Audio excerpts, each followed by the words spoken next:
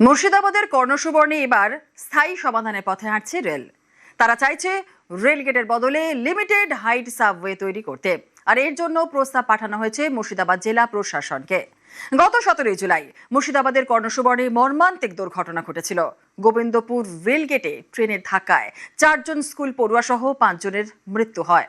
দুর্ঘটনায় রাতে এবার সেখানে লিমিটেড হাইট সাবওয়ে তৈরি করতে চায় রেল।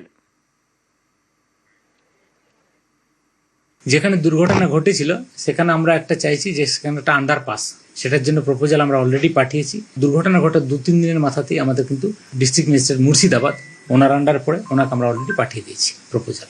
ওটা হোপফুলি খুব তাড়াতাড়ি পেয়ে যাবো, আর তাড়াতাড়ি পেলে আমরা নেক্সট 6 মান্থ থেকে 9 মান্থের মাথায় ওখানে কমপ্লিট করে নেবো, সাবওয়ে দিয়ে যাতায়াত করতে পারবে। সুতরাং লোকজনের আর অসুবিধা হবে না ওই এলাকাতে। তৃণমূল জামানায় রেল বারবার অভিযোগ করেছে যে সাবওয়ে তৈরির জন্য জমি চেয়েও পাওয়া যায়নি। জমি জটের মর্মান্তিক পরিণতি দেখেছে গোটা বাংলা। তাই নতুন সরকারের কাছে রেলের আবেদন, লেভেল ক্রসিং এর পরিবর্তে সাবওয়ে। রেল আশাবাদী এতে দুর্ঘটনা এড়ানো যাবে। কর্ণসুবর্ণর সেই অভিশপ্ত রেলগেট, যেখানে ট্রেনের সাথে পুলকারের ধাক্কা হয় এবং সেখানে একাধিক স্কুলের বাচ্চার মৃত্যুর ঘটনা ঘটে। তবে সেই অভিশপ্ত রেলগেট এবার সম্পূর্ণভাবে বন্ধ করে দিতে চায় রেল। পরিবর্তে রেলের তরফ থেকে রাজ্য সরকারের কাছে আবেদন করে বলা হয়েছে সেখানে তারা একটি লিমিটেড হাইট সাবওয়ে তৈরি করবে।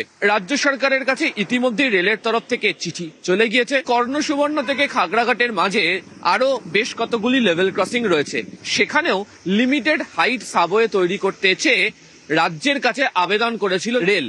তবে 2 বছরের বেশি সময় পেরিয়ে গেলেও রাজ্য সরকারের তরফ থেকে সম্পূর্ণভাবে আশ্বাস পাওয়া যায়নি কাজ শুরু করার ব্যাপারে। রাজ্যে পালা বদলের পর রেল মনে করছে ওই 3টি জায়গাতেও লিমিটেড হাইট সাবওয়ে তৈরি করার জন্য রাজ্য সরকারের তরফ থেকে সহযোগিতা পাওয়া যাবে। আগামী দিনে যাতে কর্ণসুবর্ণের মতো কোনো ঘটনা না ঘটে, সে কারণে এই লেভেল ক্রসিং গেটগুলিকে বন্ধ করে সেখানে লিমিটেড হাইট সাবওয়ে তৈরি করতে চায় রেল, এবং রেল বোর্ডের তরফ থেকেও এর জন্য আর্থিক অনুমোদনের ছাড়পত্র এসে গিয়েছে। ক্যামেরা অসিত দাসের সাথে আবির ঘোষাল, নিউজ 18 বাংলা, কলকাতা।